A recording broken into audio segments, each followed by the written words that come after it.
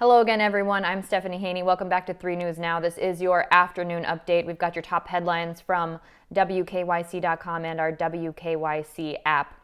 We've got the most up-to-date numbers in now from the Ohio Department of Health related to COVID-19 and how that's looking here in the state of Ohio.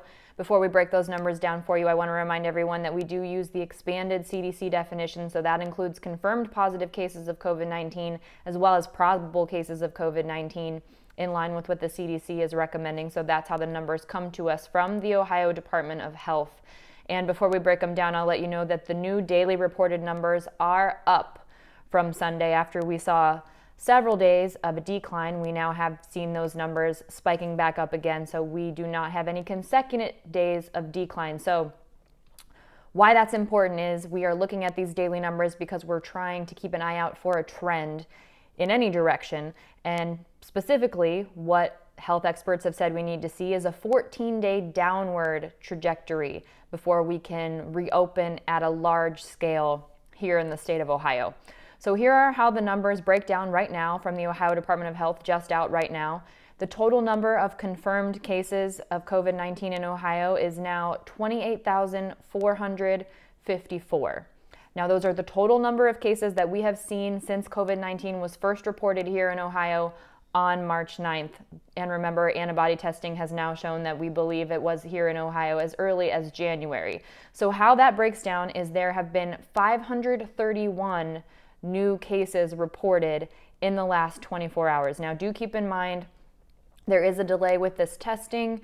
So these cases that are reported today could have been identified days ago, but this is the moment at which they're being accounted for. So in the last 24 hours, there have been 531 new reported cases of COVID-19. That's jumping up after we saw a decline over the weekend. We had seen 449 new cases on Sunday. The total number of deaths now related to COVID-19 in the state of Ohio is 1,657. That is also an increase in the new reported deaths from Sunday. There were 32 new deaths reported as of today. Sunday, there were 15. Saturday, there were 29, to give you an idea about how that number has been going. And that number really has been jumping up and down all over the place. The total number of hospitalizations now reported related to COVID-19 is almost 5,000. We have almost hit the 5,000 mark. A total of 4,998 reported hospitalizations now. In terms of active hospitalizations, people who are currently hospitalized, there are 912 reported current hospitalizations. So about 1/5 of those people are currently hospitalized.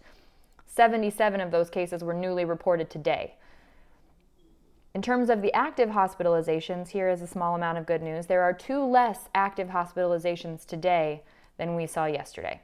So with those 77 new reported hospitalizations coming in, there's been some fluctuation in the people being discharged, the people being admitted. So 912 active hospitalizations is how that has shaken out as of right now, according to the Ohio Department of Health. In terms of intensive care unit admissions, there have been a total of 1,328 total ICU admissions since we first became aware of COVID-19. There are 367 active ICU admissions right now, which is also up from Sunday. Total of 34 new reported ICU admissions today in the last 24 hours. Now we want to take a look quickly at the U.S. and the global landscape when it comes to COVID-19 in the last weekend, since we first checked these numbers with you on Friday here at 2 p.m. The U.S. has seen 1/4 of new global cases and 1/3 of new global deaths related to COVID-19. That's since Friday. Since Friday, in the U.S., we have seen 64,547 new reported COVID-19 cases. That number is now up to 1,492,000 cases in the U.S. We have also seen over the weekend 3,438 new deaths in the U.S. related to COVID-19, now up to almost 90,000. That number is at 89,666 reported COVID-19 deaths in the U.S. Worldwide, since Friday, when we last talked about this, there have been 258,500 500 new reported cases of COVID-19. That number is now at 4,759,000. And since Friday, since we last talked about this, there have been 11,434 new deaths reported related to COVID-19 globally, bringing that number to 316,277. So that's how those numbers break down. And again, if you want to check out any of those Ohio numbers, we have that on WKYC.com. All of those numbers that I just gave you for the U.S. and the global cases and deaths, those come from Johns Hopkins University. The World Health Organization is now bowing to calls from countries for independent review of how it handled the initial phases of letting people know about the COVID-19 outbreak. The World Health Organization agreed today to launch that independent review. This is going to be based on how it managed the international response to COVID-19. This is something that the WHO has been called to do by most member states. It will not look into contentious issues like the origin of COVID-19. President Donald Trump has repeatedly attacked the WHO, claiming that it helped China conceal the extent of the coronavirus pandemic in its early stages. And several Republican lawmakers here in the U.S. have called on the WHO Director General to resign. U.S. Health and Human Services Secretary Alex Azar said Monday that it was time to be frank about how COVID-19 spun out of control. So in a preliminary report, some of the questions that came up were regarding whether WHO's warning system for alerting the world to outbreaks is adequate, and also suggested that member states might need to reassess whether WHO is the appropriate organization to provide travel advice to countries. The WHO Director General did emphasize that the WHO declared the coronavirus COVID-19 outbreak to be a global health emergency back on January 30th, which is its highest level of alert, at a time when there were fewer than 100 cases outside of China. And then in the following weeks, the WHO warned countries that there would be a narrowing window of opportunity to prevent the virus from spreading globally. However, during the first few months of the outbreak, WHO officials did describe the virus's spread as, quote, limited, and also that it wasn't as transmissible as the flu, which we have now come to learn from the experts that COVID-19 actually spreads faster than the flu. The WHO declared the outbreak to be a pandemic on March 11th. That was just 2 days after we came to know of our first reported case here in the state of Ohio. That was after the virus had killed thousands globally and been confirmed as an epidemic in South Korea, Italy, Iran, and other locations. Here in Northeast Ohio, Cuyahoga County there has been an executive order issued by Cuyahoga County that face coverings will be required in all county buildings. This was signed effective immediately by our Cuyahoga County Executive, Armin Budish, and this will apply to both visitors and employees in county buildings. So there will be a few exceptions, however, you can take note of, in which case face coverings don't need to be worn. That's when it's not advisable for health reasons, if there's some physical reason why it would not be appropriate for a person to wear a face covering, while the employee is working alone and is sufficiently isolated from other people or common areas. And some of those specific situations that were discussed in the information about this order were if you had a barrier around your space that was over 7 feet tall, if you weren't working right next to someone, that kind of thing, and also other circumstances recognized by the Ohio Department of Health. And that order will remain in effect until the emergency no longer exists, according to the order. Here in Ohio, Kohl's stores are reopening. All Kohl's stores are reopening. That's effective today.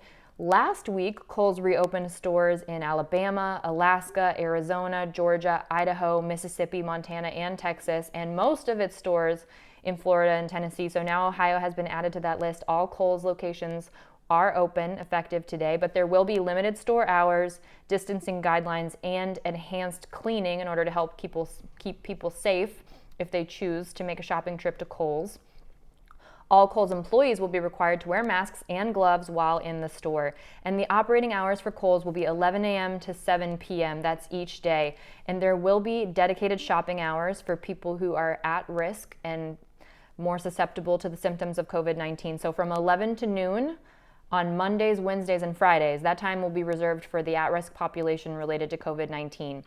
Fitting rooms will also be closed for now. And the reopened stores will continue to accept those Amazon returns, by the way, but they will be at a separate area within each location, so it won't be at the general checkout location.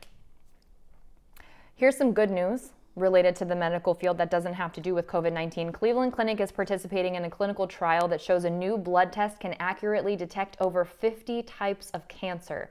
This is incredible news. This is an ongoing multi-center clinical trial. It's involving the Cleveland Clinic, and it's found that the new blood test can accurately detect more than 50 types of cancer while still in the early stages, before any clinical signs or any symptoms of that cancer might show up. So this is according to results that were published recently in the Annals of Oncology. In cases where the test detected cancer, it could also determine where it was located in the body with 93% accuracy.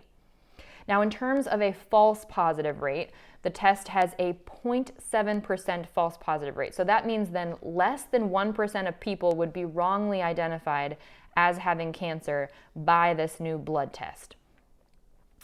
The screening's sensitivity level, or true positive rate, was 67.3% for stages 1 through 3 of 12 of the most common and deadly cancers. So those cancers include anus, bladder, colon and rectum cancer, esophagus cancer, head and neck, liver, bile duct, lung, lymphoma, ovary, pancreas, stomach, and plasma cell neoplasm cancers. So together, those cancers account for more than 63% of all U.S. cancer deaths.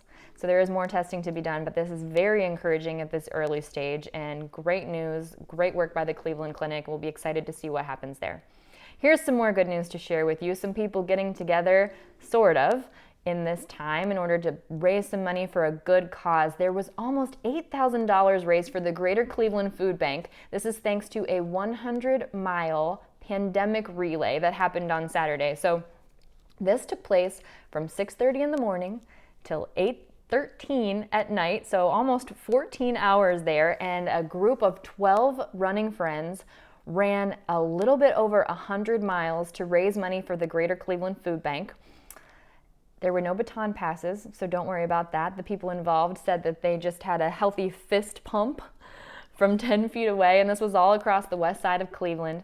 So that's great. We've got that story up on WKYC.com if you want to learn more and if you'd like to contribute to that fundraiser. Last I checked, it was about $7,700 that had been raised, and they were still waiting for final totals to come in after running that pandemic relay race on Saturday. Great way to spend your Saturday, and they had great weather for it too. All right, this has been your 3 News Now afternoon update for Monday, May 18th.